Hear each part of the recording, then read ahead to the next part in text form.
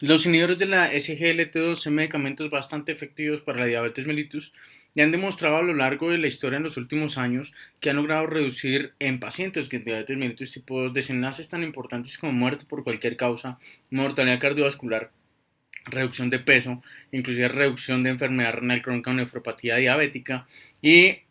últimamente inclusive han logrado reducir la mortalidad y los desenlaces tipo hospitalización por falla cardíaca inclusive en población mmm, sin diabetes mellitus. La falla cardíaca con fracción de eyección reducida es una enfermedad que tiene una mortalidad prohibitivamente alta. A pesar de todas las medidas que hemos logrado en estos pacientes, aún así la mortalidad permanece muy alta a largo plazo y por eso cualquier medida que tomemos para reducir aún más estos desenlaces fatales y desenlaces fuertes cardiovasculares son medidas completamente bienvenidas. Sin embargo, hay estudios que no solo nos hablan de esos desenlaces fuertes cardiovasculares, sino que hay estudios que nos hablan de otra clase de efectos mucho más, también casi tan interesantes como los desenlaces, como es el remodelamiento inverso por los ISGLT2. Y es donde apareció el estudio Empajar Cardiolink 6, ya lo revisarán más adelante, donde nos hablan que hay una reducción de la masa ventricular izquierda de forma significativa al iniciar ISGLT2 versus controles. Sin embargo, en ese estudio no quedó muy claro la razón por la cual logró haber un remodelamiento inverso de esos ventrículos izquierdos y en este estudio del JACE los autores intentan dilucidar las razones por las cuales las cargas de los ventrículos izquierdos de esos dos grupos poblacionales pudieron haber diferido y de esa forma interferir o contaminar los resultados para darnos una reducción significativa en la masa del ventrículo izquierdo. Entonces, los inhibidores de SGLT2 son medicamentos bastante buenos, bastante útiles y se han vuelto bastante famosos porque en estudios pivotales demostraron cómo en pacientes con diabetes mellitus y riesgo alto cardiovascular reducen la mortalidad general en un 32%, por causas cardiovasculares en 38%, reducen el peso de forma sostenida e inclusive disminuyen la probabilidad de hacer disfunción renal por diabetes mellitus a largo plazo. Entonces son medicamentos bastante útiles. Si bien hubo estudios como el CANVAS que demostró un aumento del riesgo de amputación por pie diabético, esto ha quedado algo controvertido y lo que sí es cierto es que estudios como el DAPA-HF con dapaglifosina logró reducir uno de los monstruos o de los bestias negras que tenemos en falla cardíaca y es las hospitalizaciones frecuentes que son costosas, alteran la calidad de vida, deterioran el pronóstico de estos pacientes por falla cardíaca, inclusive redujo la mortalidad aún en pacientes sin diabetes mellitus pero con falla cardíaca y fracción de eyección reducida. Entonces el estudio en Pajar Cardiolink 6 lo que quiso es demostrar que había una reducción significativa en los índices de masa del ventrículo izquierdo, hablando de una medida indirecta de remodelamiento inverso.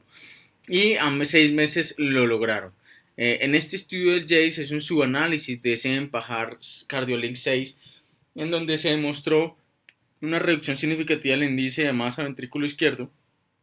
Querían saber si esa reducción de esa masa del ventrículo izquierdo se debía a una sobrecarga de los ventrículos de forma o no homogénea al inicio de la autorización que pueda impactar en el desenlace de remodelamiento inverso. Es decir, querían mirar qué tanto la sobrecarga de esos ventrículos izquierdos, que no fue medida de una forma clara o no nos lo mostraron en el Empajar, pudo haber contaminado los resultados del Empajar Cardiolink 6. Estoy seguro que muchos de nosotros no conocemos el estudio Empajar Cardiolink 6 y realmente vamos a revisar este estudio rápidamente. Fue un ensayo clínico aleatorizado controlado con placebo, un estudio monocéntrico en donde luego de tamizar 423 pacientes se lograron aleatorizar 97 pacientes. Se comparó el índice de la masa del ventrículo izquierdo calculado por resonancia magnética en pacientes a quienes aleatorizaron a empaglifosina 10 miligramos versus placebo durante 6 meses. Los criterios de inclusión fueron pacientes con diabetes mellitus tipo 2 que tuvieron hemoglobina glicada cercanas a meta, 6.5%, inclusive hasta 10% de enfermedad coronaria estable que la definieron como infartos del miocardio previos de más de 2 meses de evolución con o sin revascularización miocárdica, inclusive que puede hacer puentes coronarios, y una tasa de filtración mayor a 60 mililitros por minuto por 1.72 metros cuadrados. Hubo criterios de exclusión como el uso previo o concomitante ya de ISGLT2 que tuvieran diabetes mellitus tipo 1, que tuvieran un uso de GLP-1, saxagliptina, o pacientes con obesidad con índice de masa corporal mayor a 40 kilogramos por metro cuadrado, fracción de eyección menor del 30%, más de 4 hipoglicemias en el último mes, o más de una o más hipoglicemias severas en el último año, aunque tuvieron un infarto en los últimos 2 meses. El seguimiento se hizo a 6 meses y el seguimiento no solo fue con resonancia magnética, sino también con monitoreo ambulatorio de presión arterial, con diámetro diastólico de fin de diástole del ventrículo izquierdo, con diámetro de fin de sístole del ventrículo izquierdo, con fracción de eyección, es decir, con ecocardiogramas, con el hematocrito y con el BNP. Entonces, luego de tamizar 423 pacientes y luego de que solo 152 aprobaban el consentimiento informado, 97 recibieron autorización, 49 recibieron empaglifosina 10 miligramos al día más tratamiento estándar y 48 recibieron placebo más tratamiento estándar. En esta valoración inicial se les hizo resonancia magnética, todas las medidas antropométricas, todos los cálculos ecocardiográficos que ellos consideraron prudentes y se les realizó un BNP, un hemograma y otros estudios de analítica sanguínea. Finalmente, después de 6 meses se repitió la resonancia magnética. Todas las resonancias fueron evaluadas por 3 especialistas en imágenes cardiovasculares completamente cegados y no compartieron información entre ellos. Y se repitió el ecocardiograma, se repitieron los biomarcadores, se repitió la analítica sanguínea y se revisaron los mapas. Y se repitió nuevamente el mapa. Dentro de los grupos en la tabla 1 encontramos grupos bastante homogéneos, sin embargo hay que destacar que la gran mayoría de ellos fueron hombres. Esto personalmente no me gustó mucho. El 90% de la población estudiada fueron hombres, lo cual hace que no podamos aplicarlo completamente a toda la población de una forma tranquila. Lo que sí es que la glucosa, habitualmente los pacientes que están en el grupo placebo estuvo un poco más alta en el momento de la autorización. Sin embargo, las hemoglobinas glicadas fueron homogéneas entre ambos grupos, lo cual tranquiliza un poco. Y el índice de masa corporal y la duración media de la diabetes mellitus fue bastante homogénea. Me gustó mucho que la duración media de diabetes mellitus fuera más o menos 10 años. Las presiones arteriales no me parecieron tan homogéneas. El grupo de placebo estuvo un poco más hipertenso en el momento del ingreso. Ya veremos los resultados de ello. Y el resto de grupos realmente fueron bastante homogéneos desde sus perfiles de la analítica sanguínea hasta sus tratamientos. Y hay que destacar que más o menos un 80% estaban con IECA-BORA2 y el 96% estaban con algún tipo de estatina y más o menos un 25% estaban con insulinoterapia, lo cual habla que era de diabetes mellitus avanzadas, que tenían ya su tratamiento de prevención cardiovascular y tenían una terapia óptima que hacía poco probable que la asociación de un nuevo medicamento durante el curso de la enfermedad modificara el remodelamiento inverso. El resultado de Empajar CardioLink 6 es que mediante resonancia magnética hay una diferencia significativa a favor de empaglifosina. La empaglifosina comparada con placebo logra reducir la masa indexada del ventrículo izquierdo aproximadamente en 3.35 gramos por metro cuadrado. Y no solo encontramos ese dato, sino que de forma significativa logró reducir la masa indexada al ventrículo izquierdo, de forma numérica la masa del ventrículo izquierdo sin indexar. Los diámetros ventriculares no encontramos diferencias significativas a lo largo del tiempo, tampoco una reducción significativa, aunque sí numérica y en zona gris, de la fracción de eyección del ventrículo izquierdo. Otros datos interesantes: la empaglifosina logró reducir de forma significativa la presión arterial en 7.9 milímetros de mercurio la sistólica, 3.1 milímetros de mercurio la diastólica de forma significativa, y el hematocrito también lo redujo en 4 puntos de forma significativa. No hubo reducciones significativas entre hemoglobina glicada, BNP y el resto de parámetros de mediciones ventriculares medidos, incluyendo la fracción de eyección del ventrículo izquierdo. Este estudio nos deja claro que los pacientes que reciben empaglifosina tienden a reducir su masa del ventrículo izquierdo a medida que va pasando el tiempo. Hay algunas discusiones del artículo, como por ejemplo que si es cierto que la empaglifosina logró reducir la presión arterial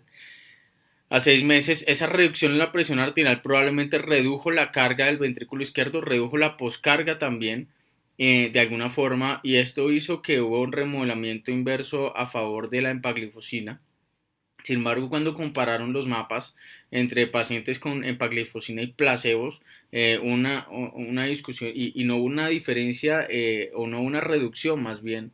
mmm, de la masa ventricular izquierda de forma proporcional a la reducción de presión sanguínea, y los autores consideran que es poco probable que un aumento en la poscarga determinado por un aumento de la presión arterial, que no es el único parámetro para el aumento de la poscarga, pero pues en este caso una reducción en la presión arterial al reducir la poscarga redujo la masa del ventrículo izquierdo. Ellos consideran que no, después de su análisis de proporcionalidad variables consideran que no,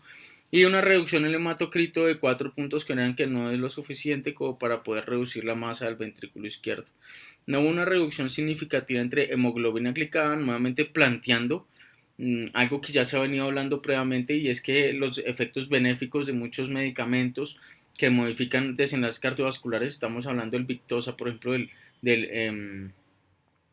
del estudio líder o de la pegalofusina, no dependen propiamente de una reducción en la glucosa, dependen probablemente de otros mecanismos moleculares que desconocemos o que no entendemos completamente, que hacen que los pacientes tengan mejores desenlaces cardiovasculares. Es decir, el tratamiento de epiglucemiantes, muchos de ellos no solo tienen que ver con la reducción de la glucosa, sino que tienen otros efectos benéficos que tenemos que entender en los siguientes años para saber cómo se modificó el desenlace cardiovascular en estos pacientes. Tampoco hubo una reducción significativa en el BNP de estos pacientes,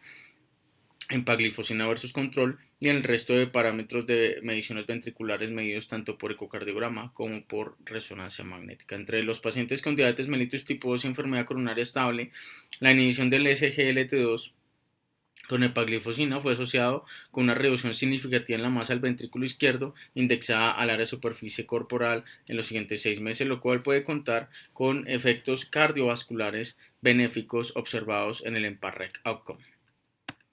Entonces, en el subanálisis del estudio JACE, lo que hicieron fue que todos los pacientes tomaron en cuenta que todos los pacientes en el EMPA-REC CardioLink 6, todos los pacientes recibieron un ecocardiograma antes y al final del estudio, de modo que podemos comparar cómo evolucionaron estos ecocardiogramas y estos parámetros. Los sonografistas siempre estuvieron cegados a qué grupo de tratamiento pertenecía a cada uno de los pacientes, y ellos alcanzaron a tomar, lo cual es muy bueno, mediciones tan interesantes como el E sobre prima, que es una medida indirecta de la presión al final de la diástole del ventrículo izquierdo, la fracción de eyección del ventrículo izquierdo y la masa indexada del ventrículo izquierdo, los cuales consideraron, y el criterio de exclusión fue que fueran normales al principio del estudio. Entonces, cuando miraron y compararon al inicio y al final del estudio, se encontraron que no hubo diferencias significativas en la fracción de eyección, tanto en el grupo de placebo como en empaglifosina. Tampoco hubo diferencias en los diámetros ventriculares al inicio y al final del estudio, tanto en placebo como en empaglifosina. Y tampoco hubo una diferencia significativa entre los E sobre E', los cuales estuvieron alrededor de 10 al inicio y al final del estudio, y no hubo diferencias entre ambos grupos. Tampoco diferencias en los parámetros diastólicos o en las ondas S y ondas D en la vena pulmonar. ¿Esto qué habla? Esto habla que probablemente no hubo diferencias significativas en los parámetros ecocardiográficos de E sobre E', o sea, en la presión de fin de diástole del ventrículo izquierdo, en los diámetros de fin de diástole y sístole del ventrículo izquierdo indexados, en el septum y en el grosor del septum interventricular, en el grosor de la pared posterior, en la fracción de eyección del ventrículo izquierdo, en el diámetro o volumen de aurícula izquierda. Todo esto no es un hallazgo en falso. No es un hallazgo de que un resultado negativo no nos sirve. De hecho, este análisis nos demuestra que las diferencias en remodelamiento inverso que observamos en el estudio EMPA-HAR probablemente no se deben a los cambios de cargas del ventrículo izquierdo antes y después del estudio. Es decir, el remodelamiento inverso que vemos en los ventrículos izquierdos gracias a los ISGLT2 en pacientes con diabetes mellitus y enfermedad coronaria estable no se debe a las diferencias de presión arterial o las sobrecargas que tenían los ventrículos izquierdos antes y después del estudio, sino que probablemente este remodelamiento inverso de los ISGLT2 se debe más a mecanismos moleculares que por ahora desconocemos y que habrá que estudiar en los siguientes años. Eso ha sido todo. Muchas gracias.